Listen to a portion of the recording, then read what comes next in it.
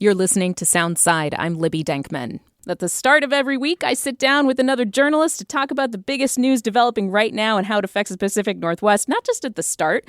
You know, we do it all throughout the week nowadays. It's called Front Page, and today's guest is the chief political reporter at the Seattle Times, pride of Wenatchee, Washington. I just learned, repping Wenatchee. Jim Brunner, thank you so much for being back on Front Page and Soundside. Yeah, thanks for having me. Welcome. So I was just asking you if this is kind of the calm before the storm for the politics desk at the Seattle Times, because we're like right before, Memorial Day, and then the primary races kind of ramp up. But you were saying basically there's never a slow time for your desk. I mean, when you look at everything that's going on nationally and this sort of national, almost like cold civil war with gerrymandering among the states, it is, it feels like it's constant swarm of news. But yeah, the traditional, state and local political time kicks off after Memorial Day when we're talking about the elections this year. Yeah, people kind of bracing for that. But you're right, it's a fire hose. It never stops. And speaking of that, let's get to our top story on Front Page. Let me just say this. Toyota, United Airlines, Shell, Boeing, Royal Caribbean, and Enterprise all sponsored your show. It is literally your job to make sure each of those companies are playing by the rule. So can I answer the question? Toyota is sponsoring a show starring you, and it is your department, Mr. Secretary. You hate America? Don't you want to celebrate America? Do you hate America? Washington Senator Patty Murray questioning Transportation Secretary Sean Duffy during a spicy Senate Appropriations Subcommittee hearing on Capitol Hill yesterday. I mean, that was just the tip of the iceberg. There was so much back and forth. They basically kind of talked over each other for a solid 10 minutes. Murray was asking about the Great American Road Trip, which is a 5-part YouTube series that is starring Duffy, his wife, his 9 kids, driving across 10 states. They apparently go snowmobiling. They meet a Ben Franklin impersonator. They hang out with Kid Rock, all celebrating America's 250th anniversary. And the show was funded by a nonprofit, which received gifts from companies that the Department of Transportation oversees, including a $1 million gift from Boeing, according to reporting by the Wall Street Journal. The family reportedly also makes a stop at the South Carolina 787 factory as part of the show. Duffy says the ethics officials at DOT signed off on this. Jim Brunner, it's all above board. I mean, what do you make of this? This kind of theatrical, super contested hearing, this is becoming the norm now, especially during the Trump administration. Yeah, it's been that way for a long time. I mean, the goal isn't clearly always to get an actual question answered. It's to make your point, televised sound bites that we all jump onto. But this is a classic case where this might be perfectly legal and yet also very ethically questionable. You can definitely imagine if the shoe were on the other foot and it was a Democratic official, engaging in a family road trip paid for by companies that his, or her agency is supposed to oversee, that the Republicans would be making hay about it. So it's if definitely, Pete Buttigieg and Chasten were on the road, do you think, there would be he got issues? heat from Republicans for, I think, taking paternity leave, when they had a child. So, it's fair game. And, it's sort of classic Trump administration response, in a question, do you hate America? Because you're questioning the ethics here. I think that's not answering the question, but, that's the back and forth that we're seeing. It's such a classic way to signal both your patriotism and also your loyalty to the Trump administration, though, to do a reality TV, situation. Like, this project is just quintessentially Trump. It's everybody's telegenic. They're going to be, followed by cameras. It's like a big ad campaign. I mean, this is how this president rose to, the national spotlight and kind of became in people's minds a legitimate businessman, was the branding behind The Apprentice, right? And so now the Duffys are doing a branded project for not just America's 250th, but for the Duffy Project, right? Yeah, it's a very, like you said, Trump on brand, where the entire administration is, staffed or full of people who were reality television stars or Fox News personalities. Out of central casting. Yeah, definitely. And, there may be like some kind of wall here where the money went through this nonprofit, but you can obviously see, just a regular person can look and see all kinds of problems with it. We just had a lot of years of reporting on Boeing's safety record with regard to their airplanes.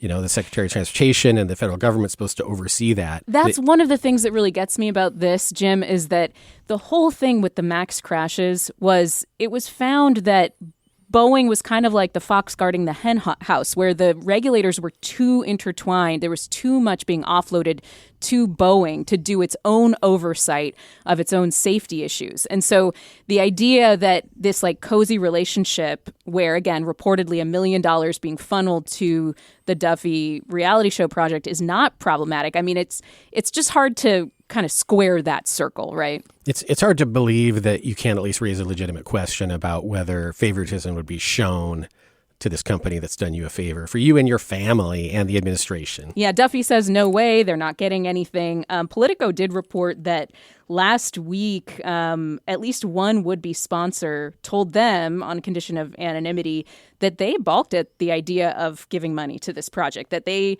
were approached and that they said, we didn't want anything to do with it because it seemed so ethically dubious. But again, Duffy says the transportation officials who are involving, the ethics issues say it's fine. The nonprofit signed deals saying that they weren't expecting any special treatment for the nonprofit itself. The companies themselves don't appear to have signed anything like that. Are you going to watch the show? Are you going to watch The Great American Road Trip? I might now. I might check it out. Sure. I don't know. Yeah. Maybe they've achieved their goal. It's all going to be on YouTube next month. Let's move on to our second story on Front Page. Why isn't the church speaking up? Sure, they can say, well, I just want to be about the gospel. I just want to love God, love people. But let's be honest. You don't want the social cost. That is Katie Faust, who is an activist based in West Seattle, who is working to try and overturn the landmark Supreme Court decision that legalized same-sex marriage in the United States, a.k.a. Obergefell. And I think that for the first time a lot of people ever heard of Katie Faust, at least for me it was the first time, was your reporting on her, Jim. You did a profile on her and her work and kind of spotlighted the ways in which she is really pushing to rescind the same-sex marriage in the United States, stop that from being a thing, and get the Supreme Court to look at that case again. Can you kind of just give us an overview of who is Katie Faust? Yeah. And what kind of work is she doing? Yeah, she was unknown to me, too, and I sort of stumbled across her name in association with some local and national events and started searching, well, who is this, and realized, this person, Katie Faust, runs a nonprofit called Them Before Us, and while she hasn't been very well known in like Seattle or Washington politics, she has become quite prominent in a circle of conservative activists who are working to overturn the Obergefell decision, which was the 2015 Supreme Court decision that said same-sex marriage is a civil right, basically, and states cannot outlaw it. Of course, Washington had voted to make same-sex marriage legal before that. And so it started going down the rabbit hole and looking at her and her speeches and, her views. She's launched this campaign with other activists. The other thing that interested me was these are some of the same groups, conservative groups, Christian groups that over the long haul eventually got the Roe v. Wade decision overturned. So it might not seem likely now that Obergefell could also get overturned, but they're kind of playing the long game. They want to change public opinion about what they say are the bad impacts of same-sex marriage, and they want eventually to get the Supreme Court to revisit that decision and overturn it. And so her nonprofit has become pretty well funded over the last several years, and she has spoken at national and international conferences alongside Trump administration officials. I just thought it was an interesting sort of profile to tell people that she's based in Seattle, which obviously is kind of jarring, when you know Seattle's political leanings. Yeah, and like you say, the history of supporting same-sex marriage in Washington state itself. So the Supreme Court has shifted to the right in the last decade. Do they expect, if they got a case to run it up to SCOTUS, that they would be victorious here yet? Or is this something that they feel like is a longer-term project? It feels like a little bit longer term. It's interesting. There was the court clerk, I can't remember what state she was based in, who refused to, I think, officiate same-sex weddings. I think her name is Kim Davis. Yeah. And so the court did take up a challenge where she was challenging, I think, some fines or punishments that she got as a result of that. Kentucky was the state where she originated from. And that went up to the Supreme Court. And the Supreme Court, I think, just sort of declined to hear it. And Katie Faust, interestingly, sort of says that was the wrong type of case, that case focused on an adult. And her entire thrust here is that the right case, in her view, to get before the U.S. Supreme Court is one that somehow centers children, because she's making the claim that children are losing out in these new, not even new, but, the not traditional views of marriage that she holds. So, that's really I think what they're casting about for a kind of case, but it's not clear what that could be. And some legal experts I talked to said, that the legal underpinnings of Obergefell are somewhat different than Roe. They sort of think that it is, the people who were supportive of same-sex marriage believe that it's going to be more difficult for them to do. Also, the culture has kind of moved on. It's not really controversial to most people, polling shows. Yeah, but public the opinion has changed a lot. As you say, she's really centering this idea that the outcomes for kids are not as good with same-sex parents. That goes against the preponderance of social science research that says that there isn't a difference. Kids of same-sex, couples are not having worse outcomes than kids of opposite-sex couples. I know Katie Faust did clap back at your reporting, basically saying that she felt like you had doxed her by talking about where she lived, and saying that you were not really focused on her argument. You were more focused on cherry picking things that she had said. I guess my question out of that is, when you are an activist trying to create change on a really big scale, the way Katie Faust is, where is the line of what is fair reporting, on somebody like that? And how do you approach it, Jim Bruner at the Seattle Times? Yeah, well, I wanted to interview her, first of all, and kind of was a little bit surprised that she wouldn't do it. Of course, she did not like the eventual story. I tried to give a fair characterization of her positions. Obviously, I'm not going into every speech or argument she made. I linked to her, her website, and people can go look at the campaigns that she's involved with. As far as doxing, that's kind of ridiculous. I mean, I did mention she was going to be at a Snohomish County Republican Party event alongside some other Republican figures, and I think some protesters might have showed up at that event. But, I didn't say where she lives in West Seattle, things like that. She has been out there in public, in media, nationally, as I said, internationally, speaking at conferences. This is a very public campaign with, money behind it, with a launch video. It's clearly a subject of public interest. Yeah. And again, something that might feel far off, the idea of overturning same-sex marriage, but that once was the case with Roe. That is, another project that was a long-running goal of a lot of conservative legal scholars that finally was achieved. And so important to kind of keep tabs on, even in our own backyard, what is going on when it comes to activism around Obergefell. Moving on to our third story on Front Page. Oftentimes, elections can be hyper-local.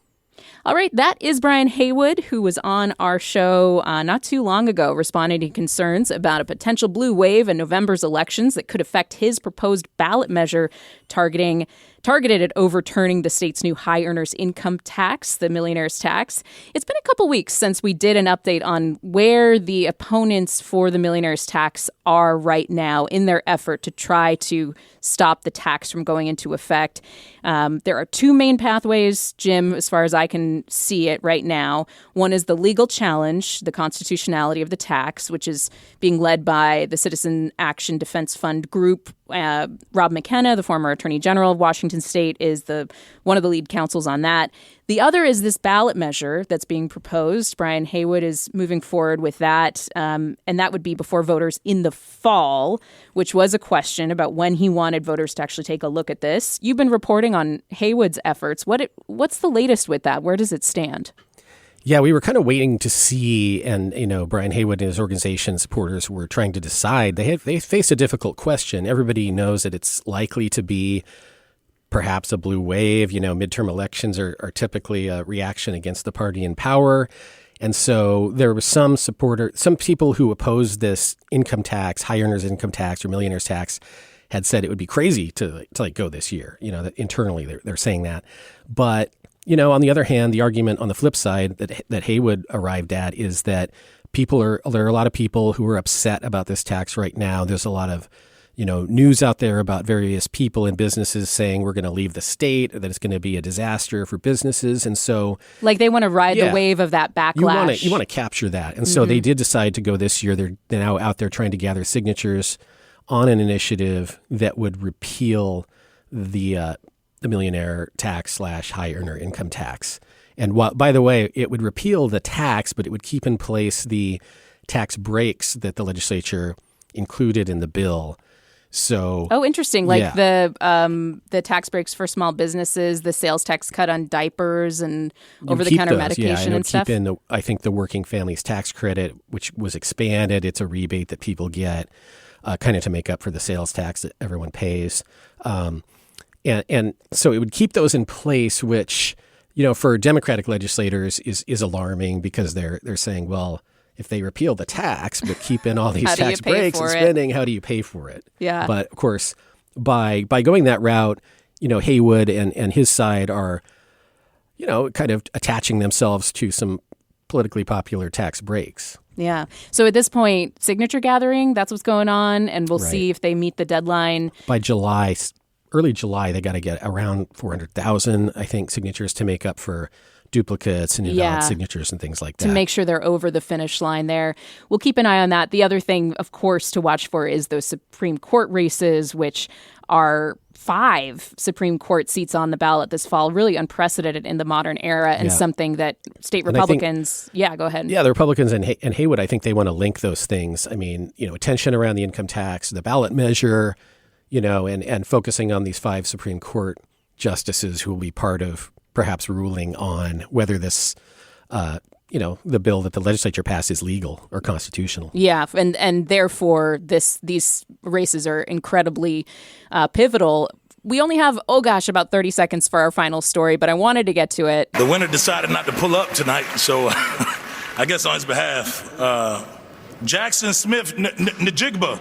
Listen, the final story on Front Page today is the disrespect being shown Jaxon Smith-Njigba. That was Drew Ski from the NFL Honors Show in San Francisco back in February.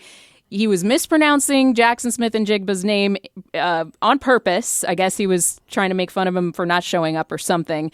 But now the NFL sent that Offensive Player of the Year trophy to Njigba, to JSN, and it shows up with what? I mean, what did you read it as, Jim? Well, I think it said Defensive Player of the Year. Defensive Player of the Year. And I think the NFL or whoever sent it said, well, actually, it tried to say offensive, but the D it was misspelled, and the D looks like an O. Yeah, which, is that better? I don't know if it's better. It's all an argument for, proofreaders and fact checking. That's right. That'll be that's our final thought here is, hey, typos, especially on an engraved trophy. On physical media, you really got to watch it. You have to. Jaxon Smith-Njigba deserves better, do better, NFL. And that's it for Front Page today. I really appreciate you today, Jim Brunner. Never mispronounce or misspell your name. I would never do that. I never make a mistake like that. Thank you so much. I very much appreciate it. Thank you. Thanks for listening to Soundside. Don't forget you can listen live on KUOW 94.9 Seattle at noon and 8 p.m. Monday through Thursday, or anytime right here online at KUOW.org, or of course on your favorite podcast app.